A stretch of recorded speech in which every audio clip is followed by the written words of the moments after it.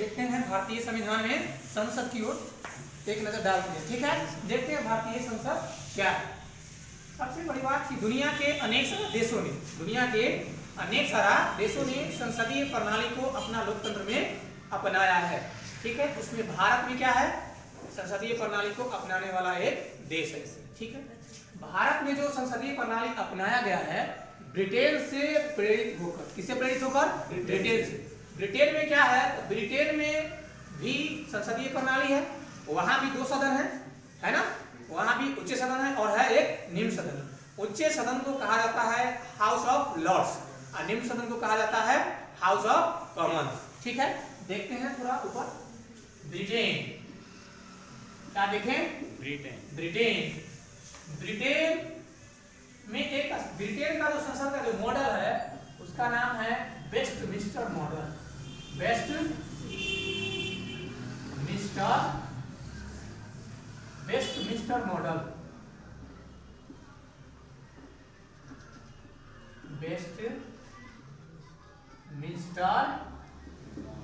Model, ठीक है कुछ नहीं। वेस्टमिंस्टर है क्या, देखिए वेस्टमिंस्टर ब्रिटेन में एक स्थान,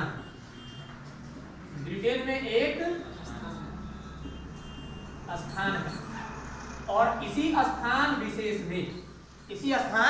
विशेष में ब्रिटेन का संसद है। यहाँ क्या है, ब्रिटेन का संसद। कोई दिक्कत यहाँ तक है। ब्रिटेन में भी जो संसद का जो प्रणाली है इसमें भी 2 सदन, कितना सदन है, 2 सदन। ठीक है, ये 2 सदन कौन कौन है, एक हो गया आपका उच्च सदन, एक हो गया आपका निम्न सदन। जो उच्च सदन है इसे कहा गया है हाउस ऑफ लॉर्ड्स।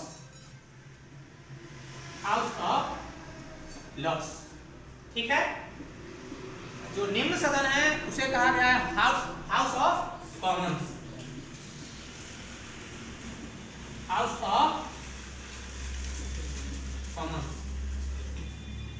ठीक इसी प्रकार भारत में भी 2 सदन, क्या क्या है देखिए। भारत कितना सदन है, 2 सदन हम बोल रहे हैं ना कि अंग बोल रहे हैं। गौर करिएगा बात पे, क्या बोल रहे हैं, सदन ना कि अंग। तो भारत में भी कितना सदन, संसद का कितना सदन है, 2 सदन है। 2 सदन किसका, संसद का। ये 2 सदन क्या क्या है देखिए,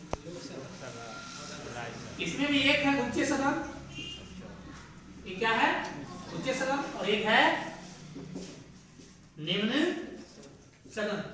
जो उच्च सदन है इसे यहाँ कहा जाता है राज्यसभा। क्या कहा जाता है, राज्यसभा। जो निम्न सदन है यहाँ तक कोई दिक्कत, यानी सेम टू सेम है या नहीं। वहां भी देखिए तो उच्च सदन निम्न सदन, यहाँ भी देखिए तो क्या है, उच्च सदन और निम्न सदन। ये राज्यसभा, ये है लोकसभा है। इसे कहा जाता है काउंसिल ऑफ स्टेट।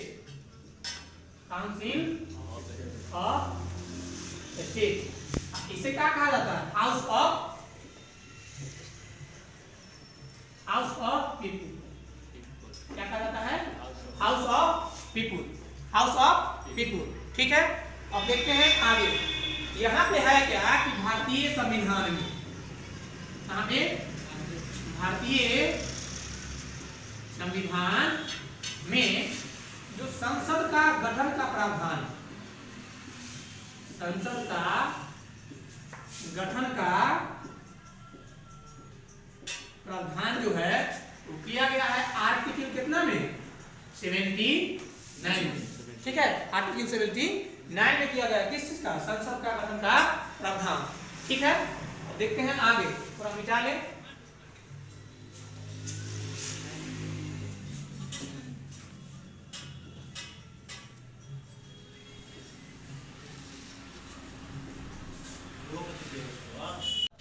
भारत का संसद, यदि भारत का संसद का सदन पूछे, क्या पूछे, सदन कितना है, 2।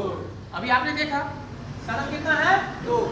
लेकिन अंग पूछे, क्या पूछे आपसे, अंग।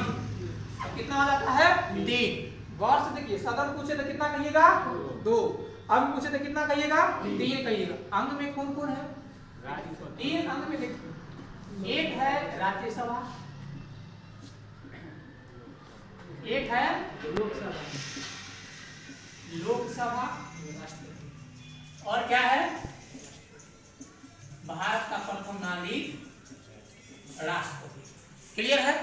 लोकसभा, राज्यसभा और राष्ट्रपति, है ना। लोकसभा का जो गठन है और राज्यसभा का गठन, ये सब संविधान के किस अनुच्छेद में दिया गया है? देखिए, ये तो दिया गया संसद का गठन किसमें? आर्टिकल 79 में। राज्यसभा का आर्टिकल 80 में दिया गया, और लोकसभा का आर्टिकल 81 में दिया गया है। यहाँ तक किसी को कोई दिक्कत? यहाँ तक समझ में आ रहा है? एक नॉर्मल याद करने का ट्रिक का लीजिए, या जो कहें आप, लोग सरला पढ़ते हैं, सरला, ठीक है, सरला। सपुर संसद, रापुर समझ ही रहे हैं आप, राज्यसभा, इसे हो गया अपना लोकसभा। नॉर्मल है आर्टिकल 79, 80, 81। याद करने में आपको परेशानी नहीं होगी। यहाँ तक बात समझ में आ रही है। अब देखते हैं राज्यसभा क्या है, लोकसभा क्या है, दोनों का थोड़ा थोड़ा बेसिक डिफरेंस हम समझ लेते हैं, ठीक है।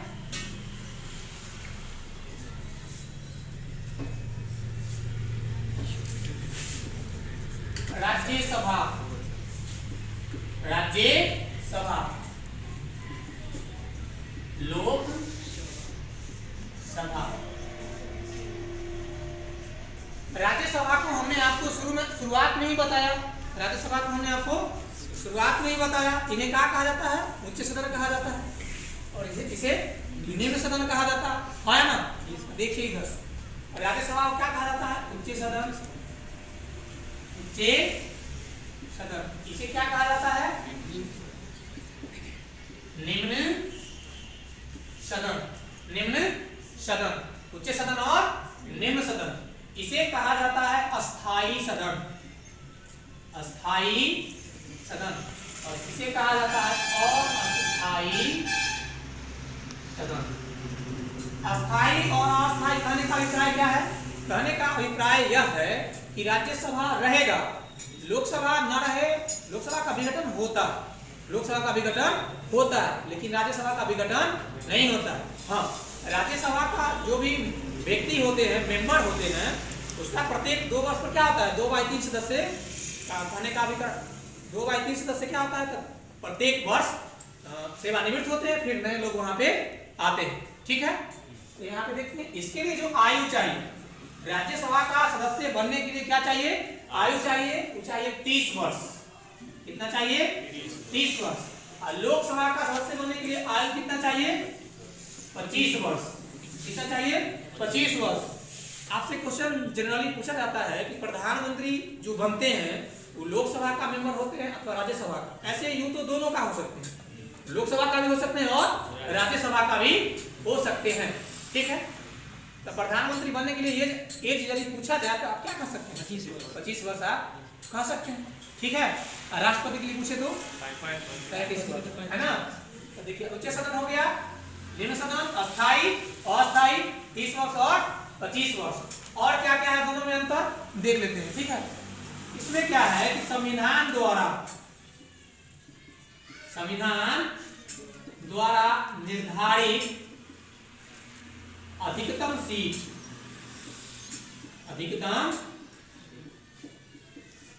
सीटों की संख्या, अधिकतम सीटों की संख्या, इसमें कितना माना गया है? संविधान द्वारा अधिकतम सीटों की संख्या इसमें माना गया है 243। इसमें संविधान द्वारा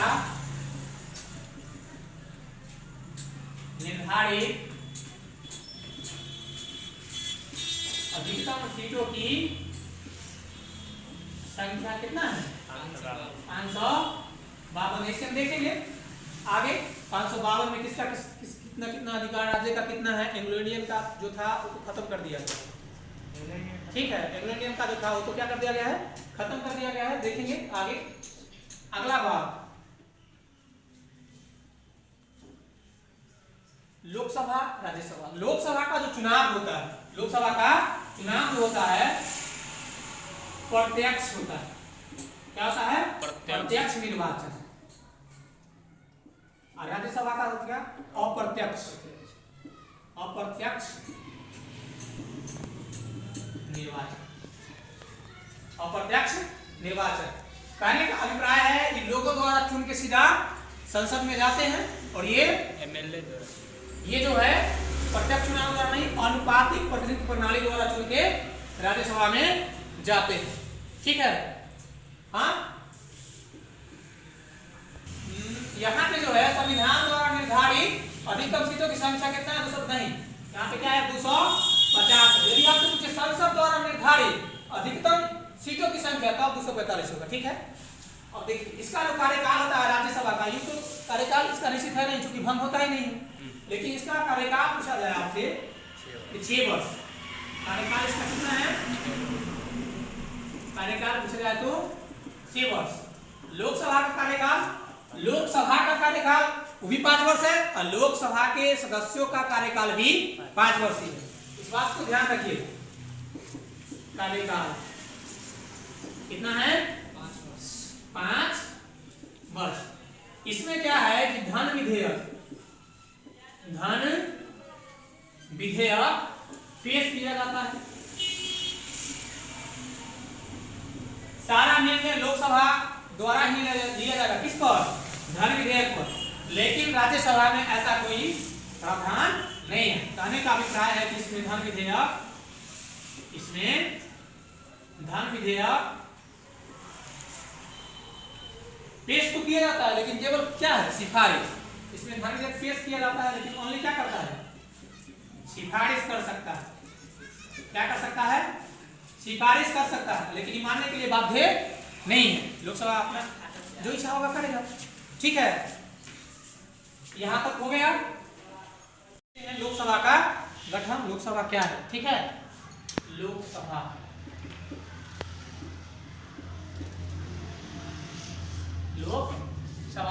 गठन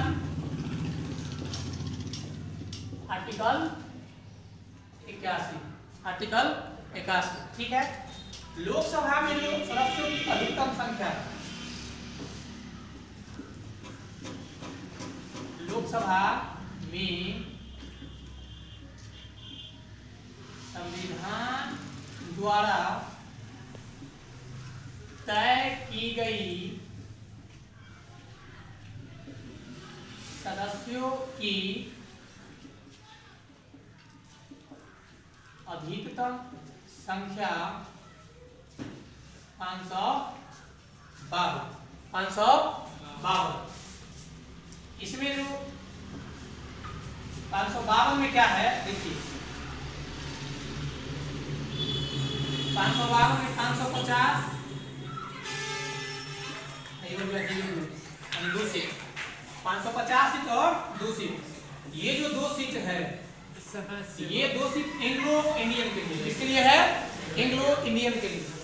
यानी राष्ट्रपति अपने स्वेच्छा से 2 सीटों पर एंग्लो इंडियन को क्या कर सकते हैं? पदासीन कर सकते हैं। तो ये जो 2 सीट है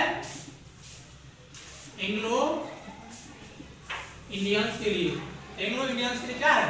आरक्षित है। क्या है? आरक्षित है। और राष्ट्रपति क्या करेंगे? इसको अपनी स्वेच्छानुसार भरेंगे, ठीक है। और देखिए संसद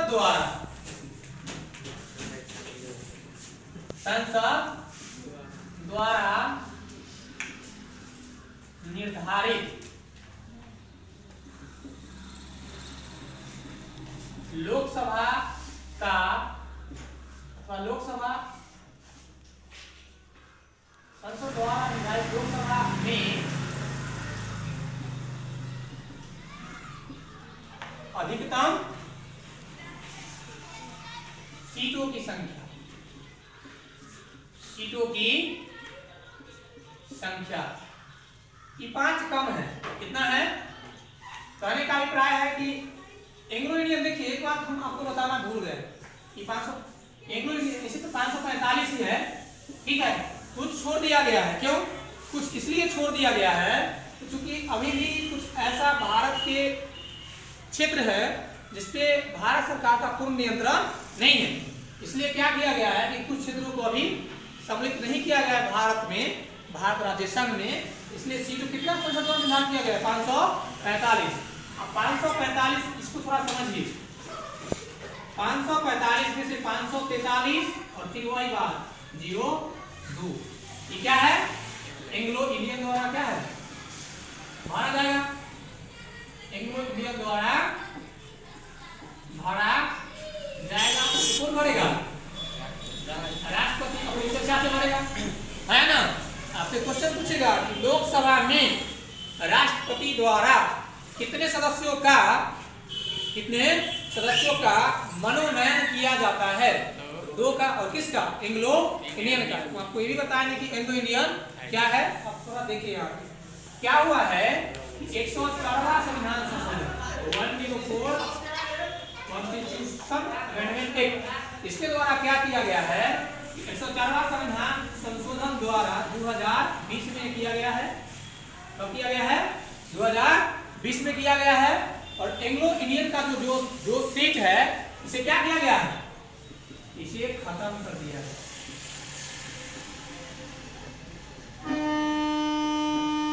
इसे क्या कर दिया गया है? खत्म कर दिया गया है। क्लियर है? अब 543 सीट बचा। कितना बचा? 543 सीट। इस 543 में 19 सीट, कितना सीट? 19 सीट केंद्र शासित प्रदेश द्वारा भरा जाएगा। केंद्र शासित प्रदेश द्वारा 19 सीट किसके द्वारा? केंद्र शासित प्रदेश द्वारा। अब 19 इसमें से घटा दीजिए, अब बचेगा कितना? 524। नहीं, 524 सीट जो है ये भरा जाएगा राज्यों द्वारा, राज्यों द्वारा। ठीक है, यहां पे अब आ जाए, सेम बात है। ये क्या हो गया? इसको तो खत्म कर दिया गया। किस संविधान संशोधन द्वारा? 104वां संविधान संशोधन 2020 के द्वारा इसे क्या किया गया? खत्म कर दिया गया। अब यदि आपसे पूछे कि अधिकतम संख्या, आप क्या कहिएगा? 550, क्योंकि 2 तो खत्म कर दिया गया है ना। 550 अभी भी पुराना किताब जो है 552 नहीं लिखता है, क्योंकि रिन्यू हुआ नहीं होगा। समझ रहे हैं ना? आप लोग पढ़ते होंगे, देखिएगा, ध्यान दीजिएगा। नया में क्या आ गया है? 550। 550 में देख रहे हैं ना?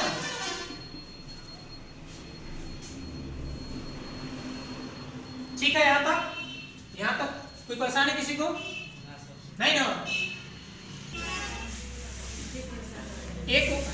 एक वर्ड आया एंग्लो इंडियन। क्या आया वर्ड?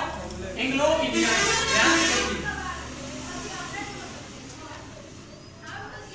एंग्लो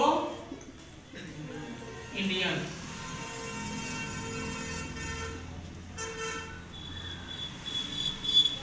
एंग्लो इंडियन है क्या? एंग्लो इंडियन है क्या? इसे देखते हैं। देखिए, भारतीय संविधान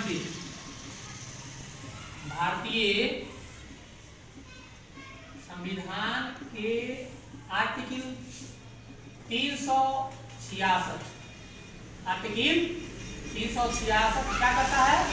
एंग्लो इंडियन को परिभाषित करता है। क्या करता है बाबू? एंग्लो इंडियन को परिभाषित करता है। इसमें क्या कहा गया है? इसमें कहा गया है एंग्लो इंडियन वे लोग है। पहला तो ये बात है कि भारत का नागरिक हो, यानी कि भारत का नागरिकता उसे मिल गया। समझ रहे ना? भारत का नागरिक हो। दूसरा है पिता या पितृपक्ष पितृपक्ष में यानी पितृपक्ष में पिता या पितृपक्ष क्या हो? यूरोपीय हो, यूरोपीय हो। अगला माता या मातृपक्ष क्या हो? भारतीय हो। ऐसा नहीं है कि पिता या माता में से कोई एक भारतीय हो तो दिक्कत है, कोई एक कैसे होगा? अब माता हो जाएगा यूरोपीय, पिता हो जाएगा कौन सी? भारतीय, तो एंग्लो इंडियन हूं नहीं कहलाएगा। बात समझ रहे हैं? एंग्लो इंडियन वो व्यक्ति नहीं माना जाएगा। यहाँ साफ साफ है, पिता या पितृपक्ष में, पिता या पितृपक्ष कहाँ का हो? यूरोप का हो। और माता या मातृपक्ष कहाँ का हो? माता या मातृपक्ष कहाँ का हो? भारतीय हो, भारत का हो। क्लियर है? हैं? मातृत्व कहिए इसको, क्या कहिएगा? मातृत्व। ठीक है, यहाँ तक कोई दिक्कत? और लोकसभा का सदस्य बनने के लिए योग्यता, लोकसभा का सदस्य बनने के लिए क्या हो? योग्यता क्या है? क्वालिफिकेशन क्या है ना? इसको देखना पड़ेगा, है ना? योग्यता है पहला कि यह भारत का नागरिक हो। ये नॉर्मल आपको संविधान में किसी भी पद के बारे में देखिएगा, सामान्यतः ये बात आएगी। सामान्यतः बोल रहे हैं, गौर कीजिएगा। राष्ट्रपति बने, प्रधानमंत्री बने, लोकसभा का सदस्य हो, राज्यसभा का सदस्य हो, मुख्यमंत्री हो, गवर्नर जनरल हो, कोई भी हो, ठीक है, लगभग क्या आता है? वह भारत का, यहाँ पे देखो क्या है? भारत का नागरिक। समझ आया ना? लोकसभा का सदस्य में पहला बात क्या है कि भारत का नागरिक को। कहने का अभिप्राय है कि भारतीय नागरिक हो अथवा भारत का नागरिक हो। दूसरा, आयु कितना हो सके उसकी? आयु जो हो 25 वर्ष हो, है ना? तीसरा क्या है कि पागल या दिवालिया ना हो। इतना पैमाना उसको पूरा करना पड़ेगा, तब जाकर क्या होगा? वो लोकसभा का सदस्य होगा, वो भी जनता दो। हाँ, सदस्य मतलब बनने योग्य हो जाएगा। हाँ, भले बात है कि जीते या न जीते, यह अलग मैटर है ना।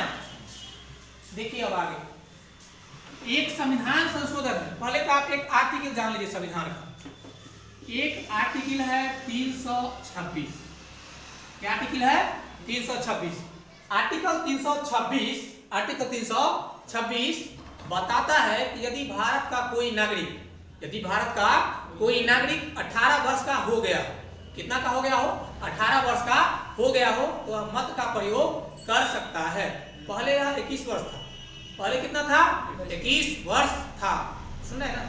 लेकिन अब कितना, मतलब 18 वर्ष। कब कब कैसा हुआ देखिए थोड़ा सा। अब पहले देख लीजिए आर्टिकल 326 क्या कहता है कि वोट डालने का उम्र अथवा मत डालने का उम्र, वोट कह लीजिए अथवा मत डालने का उम्र कितना बताता है? 18 वर्ष। एक संविधान संशोधन, 61वां संविधान संशोधन, 61वां संविधान संशोधन। 61वां संविधान संशोधन में क्या कहा गया है कि पहले जो था वोट डालने का उम्र 21 वर्ष था। कितना था? 21 वर्ष। लेकिन वर्तमान में क्या कर दिया गया है? वर्तमान में मेरे भाई कर दिया गया है इसे 18 वर्ष। आपसे क्वेश्चन पूछा जाएगा कि किस संविधान संशोधन के तहत वोट डालने का जो उम्र है वह 18 वर्ष से घटाकर 21 वर्ष से घटाकर कितना कर दिया गया है? 18 वर्ष कर दिया गया था। क्या कहिएगा? 61वां संविधान संशोधन। क्लियर है? कब हुआ? 1989। क्लियर है? वोट डालने अथवा मत डालने का उम्र 18 वर्ष हो, इसे संविधान के किस अनुच्छेद में वर्णन किया गया है? आर्टिकल 326 में। आर्टिकल 326 में। यहाँ तक आप लोगों को कोई परेशानी, कोई दिक्कत नहीं ना? आगे देखिए लोकसभा का जो कार्यकाल है, लोकसभा का कार्यकाल, इसकी चर्चा थोड़ा कर लेते हैं। लोकसभा का कार्यकाल देखिए, लोकसभा और लोकसभा का मेंबर दोनों का कार्यकाल 5 वर्ष के लिए होता है। कितना के लिए होता है? 5 वर्ष के लिए। लोकसभा अथवा लोकसभा का मेंबर, इसका कार्यकाल कितना होता है? 5 वर्ष। एक संविधान संशोधन 42वां संविधान संशोधन, 42वां संविधान संशोधन ये कब हुआ है? 1976 में। इस संविधान संशोधन को मिनी कॉन्स्टिट्यूशन ऑफ इंडिया भी कहा जाता है। अनेक सारा इसमें अनेक सारा प्रावधान लाए गए, है ना। प्रस्तावना में भी पहली बार संशोधन किया गया, समझ आया ना। प्रस्तावना में भी क्या किया गया? प्रथम बार संशोधन इसी संविधान संशोधन के द्वारा किया गया। इसमें कहा गया कि कार्यकाल जो है बढ़ा देते, कार्यकाल इसमें बढ़ा दिया गया। 5 वर्ष के स्थान पे इसका कार्यकाल 6 वर्ष कर दिया गया। कितना कर दिया गया? कार्यकाल इसका कितना कर दिया गया? 6 वर्ष कर दिया, 6 वर्ष कर दिया। लेकिन इससे ठीक 2 वर्ष बाद, लेकिन 2 वर्ष बाद एक और संविधान संशोधन होता है, 44वां संविधान संशोधन 1978। इसमें क्या किया गया कि पुनः लोकसभा का जो कार्यकाल है उसे 6 वर्ष से हटाकर, 6 वर्ष से हटाकर कितना कर दिया गया? 5 वर्ष कर दिया गया। यानी कार्यकाल क्या कर दिया गया? 6 वर्ष से हटाकर यथावत 5 वर्ष कर दिया गया। ठीक है, स्टार्ट करिए। बोले देखिए अब आगे लोकसभा का जो चुनाव किया जाता है, लोकसभा का जो चुनाव का जो पद्धति है, चुनाव का जो पद्धति है देखते हैं क्या है। ठीक है, एक वर्ड है फर्स्ट पास्ट, मारते भी जोड़ा है।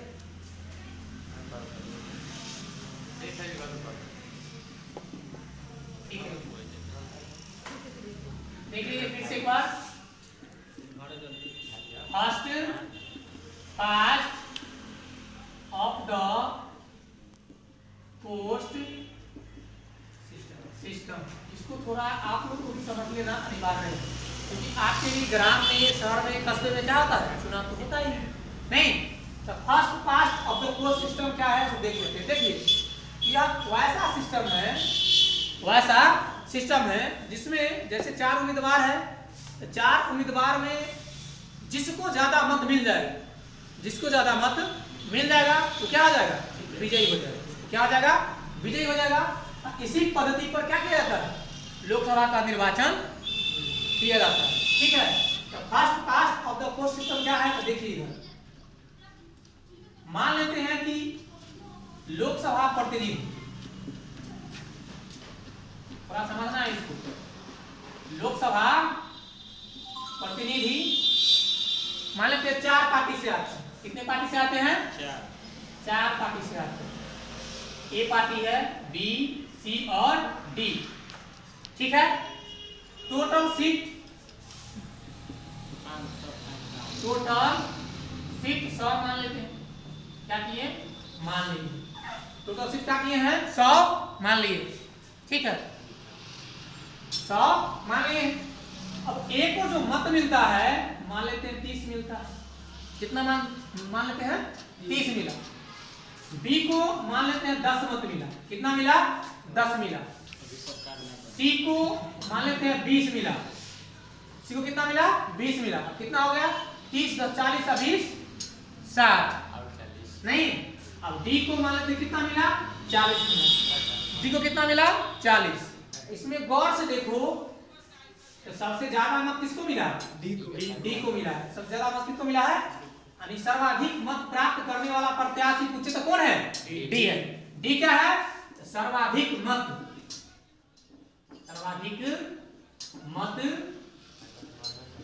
प्राप्त करने वाला लोकसभा प्रत्याशी, लोकसभा, और इसे केवल लिखो लोक करने वाला प्रत्याशी। ठीक है, अब डी क्या आ जाएगा? डी विजयी हो जाएगा। डी क्या आ जाएगा? विजयी हो जाएगा। अब एक बात बताओ, लोग इसको कर देना, सीट मत करना, तो क्या कर देंगे? टोटल लोग मान लेंगे। दिक्कत हो जाएगा, समझना है ना। टोटल लोग मान लेते हैं इसको, लोग कितना है 100। अब एक को 30 लोगों ने पसंद किया, क्योंकि वोट न पड़ा है तो 30 वोट मिला, इसको कितना मत मिला 30 मत, ठीक है। इसको सर्वाधिक मत मिला, देख रहे हैं मत लिखे हैं। ए को 30 मत मिला, बी को 10, सी को 10 और डी को 40। अब डी को केवल 40 लोग पसंद किया, कितना में 100 में, देख रहे हैं। डी को क्या किया, ओनली 40 लोग ही पसंद करते हैं। अब फिर भी क्या है बन गया, फिर भी क्या है बन गया। कहने का अभिप्राय है कि इसे कितना लोग पसंद नहीं करते हैं, 40 अभी 60, यानी डी को 60 लोग नापसंद करते हैं। डी को क्या करते हैं, डी को 60 लोग नापसंद करते हैं और 40 लोग क्या करते हैं, पसंद करते हैं। फिर भी क्या हो गया, बन गया। तो इसका क्या है, तो first pass of the post system का क्या है, खामी। क्या है, खामी है। हो सकता है कि अब देखो यहाँ पे प्रतिशत 40 लोग से बन गया, 40 लोग से क्या बन, लोकसभा से बन गया, लेकिन 60 लोग इसके अभी भी क्या है, विरोध है, नापसंद है, तो ये खामियाजा है, समझ रहा है ना। अब आगे देखते हैं लोकसभा का, ये तो समझ गया कैसे होता है निर्वाचन, क्लियर है। प्रत्यक्ष निर्वाचन होता है, और ये देखते हैं कैसे होगा, और देखेंगे इसमें आगे। पहले इतना जान लेते हैं कि first past of the post system क्या है, इसे समझने में कोई कसर नहीं होनी चाहिए। यानी कहने का अभिप्राय है, कोई आपसे पूछे कि first past of the post system क्या है, तो सीधे आप कहेंगे कि चुनाव में भाग लेने वाला प्रत्याशी जिसे सर्वाधिक मत मिले वही क्या होगा, विजयी होगा, है ना। यहाँ तक कोई दिक्कत है। देखते हैं कि भारत में जो है लोकसभा का सीटों का जो आवंटन है कैसे किया जाता है। देखिए तो क्षेत्रीय प्रतिनिधित्व,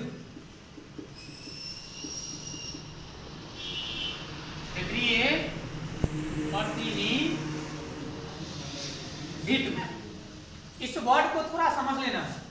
क्षेत्रीय प्रतिनिधित्व के आधार पर, लेकिन मेनतः जनसंख्या के आधार पर, क्षेत्रीय प्रतिनिधित्व के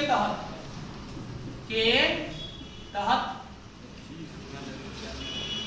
जनसंख्या को आधार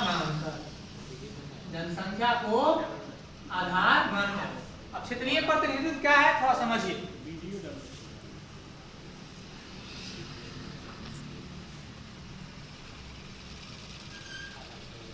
पूरा मात्रा करना तो जरूरी है भी नहीं, हम समझ ले यही काफी है। मान लेते हैं इंडिया है, ठीक है, देख रहे हैं ना। तो अभी वर्तमान में कितना सीट जो है टोटल आपको बताया है ना, एंग्लो इंडियन खत्म हो गया, संसद द्वारा निर्धारित कितना है 543। तो भारत का जो भी विस्तार है राज्य और यूटी में, इसको क्या करेंगे कि छोटे छोटे देख रहे हैं, छोटे छोटे टुकड़ों में इसको एक टुकड़ा, इसको भी एक टुकड़ा, इसको समझना है ना। इस प्रकार से बांट लेंगे। और कितना बांटेंगे, मतलब क्षेत्रीय प्रतिनिधित्व, कहने का अभिप्राय है कि क्षेत्रवाई क्षेत्र, इसको भारत को क्षेत्रवाई क्षेत्र, यानी जितना भी एरिया है भारत का, चाहे जितना भी एरिया हो, उसको 543 कितना भागों में, 543 भागों में क्या करेंगे, बांट देंगे। बांट देंगे। अब फिर जनसंख्या के अनुसार, अब किसी मान लो कि यहाँ पे जनसंख्या ज्यादा हो, अब मान लेते हैं कि 10 लाख के आबादी पे एक सीट दिया जाता है। कितना के आबादी पे, 10 लाख के आबादी पे। अब दिल्ली यहाँ पे है, ठीक है, यहाँ पे क्या है, दिल्ली है। अब दिल्ली में देखते हैं 1 किलोमीटर का एरिया, 1 किलोमीटर स्क्वायर का एरिया, इतना ही में क्या पड़ गया, इतना ही में 10 लाख, इतना ही में क्या हो गया, 10 लाख व्यक्ति, 10 लाख पीपुल उड़ गए। तो क्या करना पड़ेगा, हम एक सीट यहाँ पे हमको देना पड़ेगा। अगर ज्यादा है तो ज्यादा भी देना पड़ेगा, समझ रहे हैं। ठीक उल्टा इसके आप समझिए। अब कहीं एरिया ज्यादा है, क्षेत्रीय प्रतिनिधित्व का क्या है, एरिया ज्यादा है लेकिन लोग कम है, तो फिर वहां भी उसी अनुसार दिया जाएगा। तो कुल मिला के जो दिया जाता है, सीटों का जो आवंटन किया जाता है, सीटों का जो आवंटन किया जाता है किसके आधार पर किया जाता है? जनसंख्या के आधार पर, लेकिन क्षेत्रीय प्रतिनिधित्व के तहत। किसके तहत? क्षेत्रीय प्रतिनिधित्व के तहत। क्लियर है? क्षेत्रीय प्रतिनिधित्व समझ गए। इससे लाभ क्या है? इससे लाभ यह है कि भारत के प्रत्येक खंड से लाभ क्या होगा? इसे लाभ यह होगा कि भारत के प्रत्येक क्षेत्र से लोकसभा सदस्य संसद को मिलेंगे।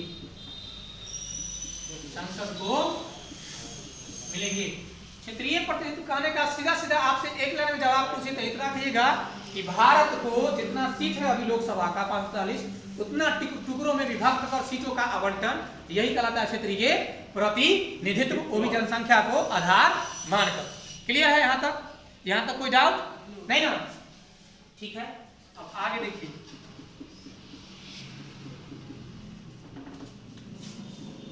इससे संबंधित यानी कि सीटों के आवंटन से संबंधित एक आयोग है, परिसीमन आयोग। क्या नाम है?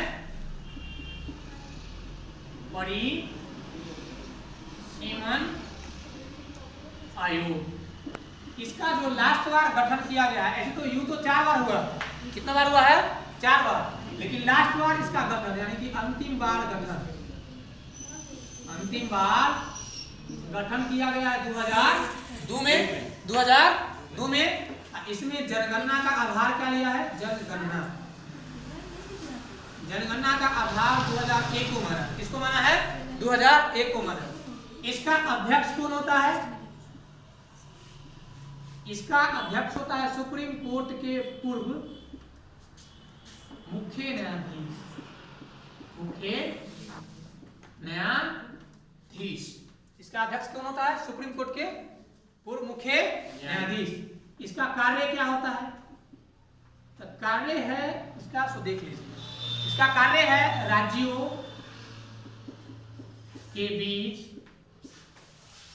के बीच सीटों का आवंटन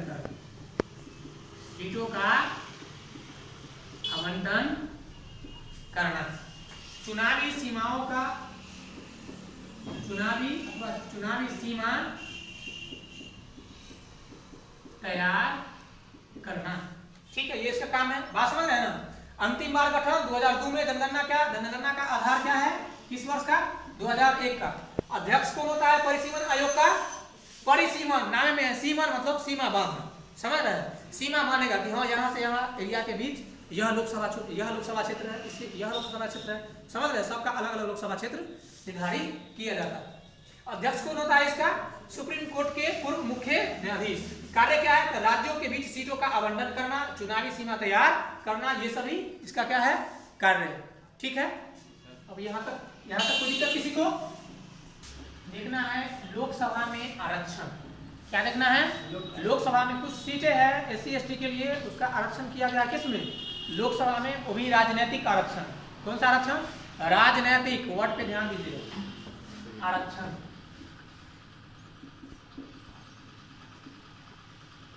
देखते हैं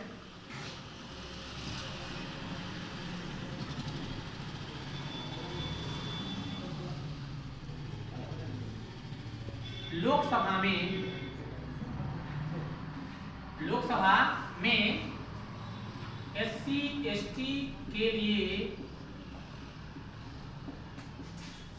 सीटों का आरक्षण किया गया है।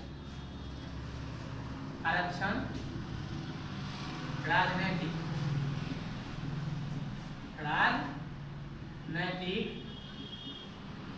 किया गया है। SC के लिए कितना सीट? SC के लिए किया गया 84 सीट और ST के लिए किया गया है 47। ठीक है, SC के लिए 84 और ST के लिए 47। ठीक है, अगला OBC के लिए कोई आरक्षण नहीं है। तुम लोग कहते कहानी खत्म है रे। ओबीसी के लिए कोई आरक्षण बर्बाद हो गए बने सामने के, कोई आरक्षण नहीं है। ऐसा होता है रे, ओबीसी के लिए क्या है, कोई आरक्षण नहीं है। अब कुछ आर्टिकल है जो कि आपको पढ़ना है। क्या है, कुछ आर्टिकल है जो आपको पढ़ना है। ठीक है, आर्टिकल बारी बारी से देखेंगे। आर्टिकल 330, आर्टिकल 330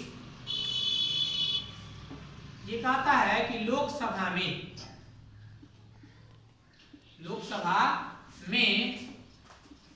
एससी एसटी के लिए, यही बात, सीटों का राजनैतिक आरक्षण किया गया है। ठीक है, लोकसभा में एससी एसटी की सीटों का राजनीतिक आरक्षण किया गया है।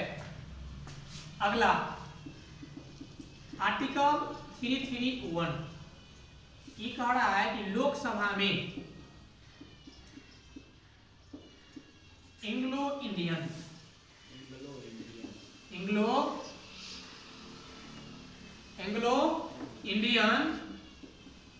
के लिए, इसके लिए कितना सीट, 2 सीटों का आरक्षण किया गया है। 331 लोकसभा में एंग्लो इंडियन के लिए 2 सीटों का क्या किया गया था, आरक्षण किया गया था। 2 सीटों का आरक्षण किया गया था, है ना। लेकिन क्या किया गया है कि 104वां संविधान संशोधन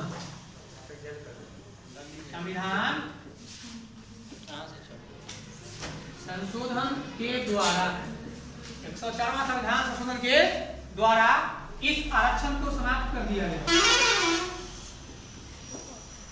इस आरक्षण को क्या किया गया, समाप्त कर दिया गया। थोड़ा इसमें और बात जान लेनी है। एससी एसटी का जो आरक्षण किया गया था 1950 में किया गया था। कब किया गया था, 1950 में किया गया था।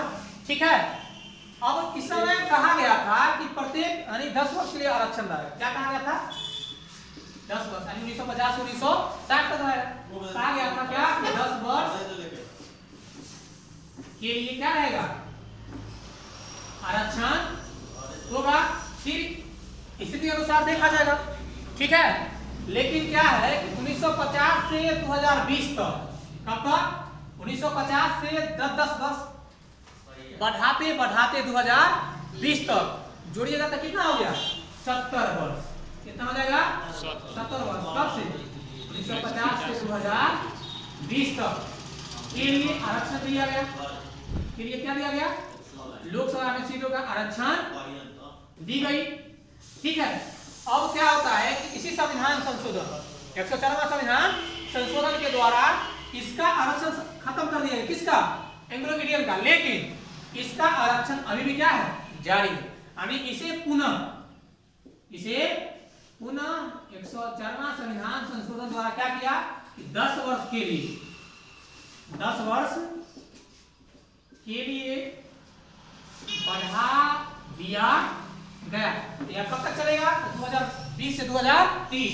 कहने का अभिप्राय है 1950 से कहां तक चलने वाला है, 2030 तक। अब दोनों के बीच करिएगा तो लगभग 80 वर्ष, यानी कितना दिन आरक्षण मिला इसको, 80 वर्ष आरक्षण मिला। ठीक है, ये हो गया लोकसभा का आरक्षण का कॉन्सेप्ट। यहाँ तक और कुछ बातें हैं विधानसभा में भी है, वो भी देख लेते हैं। ठीक है,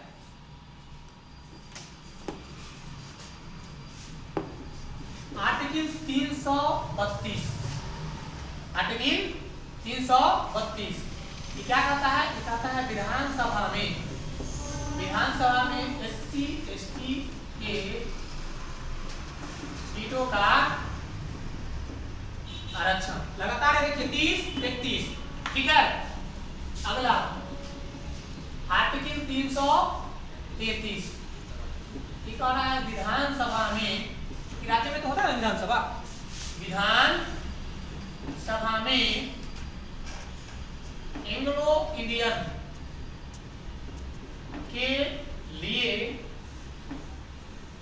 एक सीट का आरक्षण, और इसे कौन भरेगा? राज्यपाल जो होता है राज्य में, याद रखिएगा क्या करता है, सब काम राज्यपाल ही करता है। क्लियर, राज्यपाल ही करता है ना। अब इसको भी क्या कर दिया गया, इसको भी क्या कर दिया गया, खत्म कर दिया गया, खत्म कर दी गई। ठीक है, यहाँ तक कोई परेशानी, किसी को कोई दिक्कत? यहाँ तक कोई दिक्कत किसी को है तो देख लीजिए फिर से एक बार। आरक्षण दिया गया है किसको? ओबीसी को छोड़कर एससी एसटी को दिया गया है। ठीक है, एससी के लिए 84 सीट और एसटी के लिए 47। आर्टिकल 330 कहता है कि लोकसभा में एससी एसटी के लिए क्या है, सीटों का राजनीतिक आरक्षण किया गया है।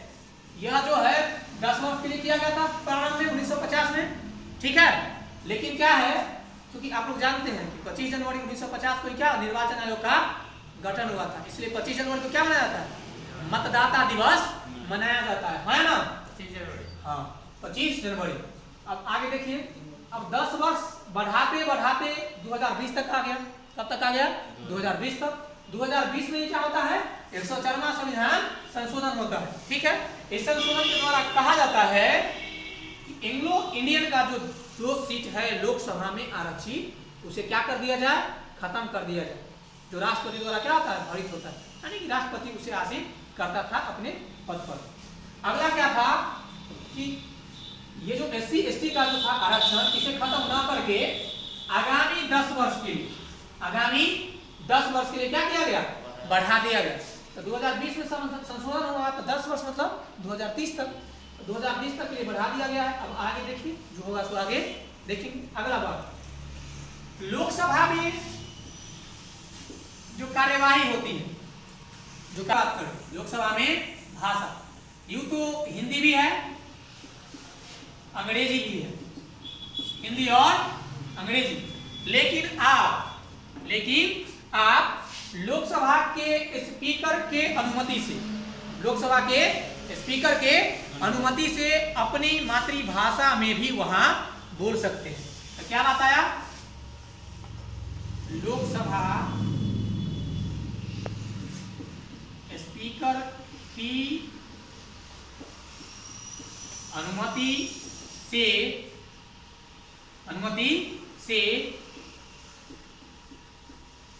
लोकसभा सदस्य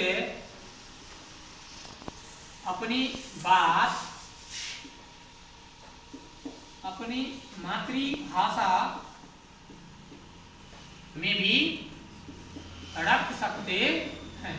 अब कोई आता है तमिलनाडु का आदमी तमिल बोलने वाला, या तो अंग्रेजी बोलना स्वीकार करे, नहीं तो क्या बोले, हिंदी बोले, नहीं अगर दोनों में से कोई बोल सकता है तो क्या करेगा मेरे भाई, स्पीकर होता है, उसे क्या कहेगा, सलाह मांगेगा कि हम अपनी भाषा में अपनी प्रस्ताव को रखना चाहते हैं, बोलना चाहते हैं, बोलने दिया जाएगा।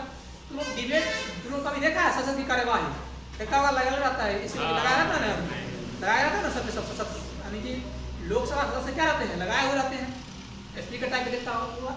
एक्चुअली में ट्रांसलेटर होता है, क्या होता है, ट्रांसलेटर, यानी कि जिस समय संसद का जो लोकसभा है उसमें जो स्पीकर बैठा है उसे अनुमति लेने का क्या है मतलब, अनुमति लेने का यही मतलब है कि आप उन्हें बोल दीजिएगा तो वहाँ ट्रांसलेटर आता है, उसी समय समय उसी बात को या तो हिंदी में, हिंदी सुनने वाले के लिए हिंदी, नहीं तो अंग्रेजी में रिप्रेजेंट कर दिया जाता है, कहानी बन जाती है।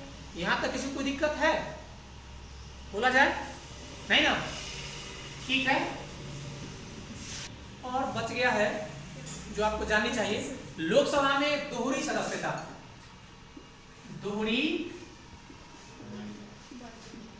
सदस्यता मतलब समझते हैं, हो सकता है व्यक्ति लोकसभा का भी मेंबर हो और राज्यसभा का भी मेंबर हो, अथवा राज्यसभा का मेंबर है लेकिन लोकसभा का चुनाव लड़ा उसमें भी जीत गया, समझ रहे हैं। दूसरा हो सकता है कि 2 स्थानों से लोकसभा सीटों पे लड़ रहा है, दोनों स्थानों से जीत गया। तीसरा कंडीशन है कि लोकसभा का सदस्य होते हुए विधानसभा में भी जीत गया, ठीक है, विधानसभा में जीत गया। तो सबका क्या क्या कंडीशन है सो देखना पड़ेगा, है ना। पहला क्या है कि यदि कोई व्यक्ति लोकसभा का सदस्य भी है और राज्यसभा का सदस्य भी बन जाता है। लोकसभा का सदस्य भी है अथवा राज्यसभा का सदस्य बन जाता है। अथवा ऐसे कह लीजिए कि या तो पहले से राज्यसभा का रहा होगा और फिर जो जीत के लोकसभा का बन गया, अथवा लोकसभा का रहा होगा, लोकसभा का लाजमी बात है, लोकसभा का रहा होगा तो राज्यसभा, तो उसे राज्यसभा में तो बनाया नहीं जा सकता है। ऐसे सोच सकते हैं कि राज्यसभा का सदस्य रहा होगा और लोकसभा की सीट, लोकसभा का ही मेंबर हुआ, किसी सीट से जीत के बन जाता है। तो इस स्थिति में क्या करना पड़ेगा कि 10 दिन के अंदर, कितना दिन के अंदर, 10 दिन के अंदर, 10 दिन के अंदर इन्हें किसी एक सीट को त्यागना होगा। इन्हें किसी एक पद को क्या करना पड़ेगा, त्यागना, रिक्त करना पड़ेगा, रिक्त करना पड़ेगा। पहला बात समझ गए, कोई दिक्कत है? दूसरा, एक व्यक्ति है जो 2 लोकसभा क्षेत्र से जीत जाता है। कितने लोकसभा क्षेत्र से जीत जाता है? 2 लोकसभा क्षेत्र से जीत जाता है। 2 लोकसभा क्षेत्र से जीत जाता है तो इन्हें क्या करना पड़ेगा? इन्हें कोई टाइम नहीं दिया जाएगा। इन्हें कहा जाएगा, सीधा सीधा इतना कहा गया है कि एक पद को स्वेच्छा से रिक्त कर दे, रिक्त कर दे। यदि एक पद को रिक्त नहीं करते हैं, हाँ, यदि एक पद को, अगर एक पद को रिक्त नहीं करेंगे तो दोनों के दोनों चला जाएगा। यदि एक पद को रिक्त नहीं करते हैं तो क्या होगा? दोनों चले जाएंगे, दोनों पद स्वतः समाप्त, स्वतः समाप्त। क्लियर है? लास्ट और तीसरा, एक व्यक्ति लोकसभा का मेंबर है, ठीक है, लोकसभा का मेंबर है, अपना विधानसभा का भी मेंबर बन जाता है, विधानसभा का मेंबर बन जाता है तो इन्हें 14 डे दिया जाएगा। कितना दिया जाएगा? 14 डे। और कहा जाएगा कि आप इसमें से किसी एक पद को क्या करें? रिक्त करे, किसी एक पद को रिक्त करे। ये हो गया आपका संसद का जो एक सदन है, निम्न सदन लोकसभा, इसका छोटा सा जानकारी जो हमने आपको देने का प्रयास किया, ठीक है। लोकसभा को समय से पहले भी भंग किया जा सकता है प्रधानमंत्री के सिफारिश पर, मंत्रिमंडल के सिफारिश पर राष्ट्रपति द्वारा, ठीक है, राष्ट्रपति द्वारा, है ना। तो फिर अब मिलते हैं नेक्स्ट वीडियो में, तब तक के लिए धन्यवाद।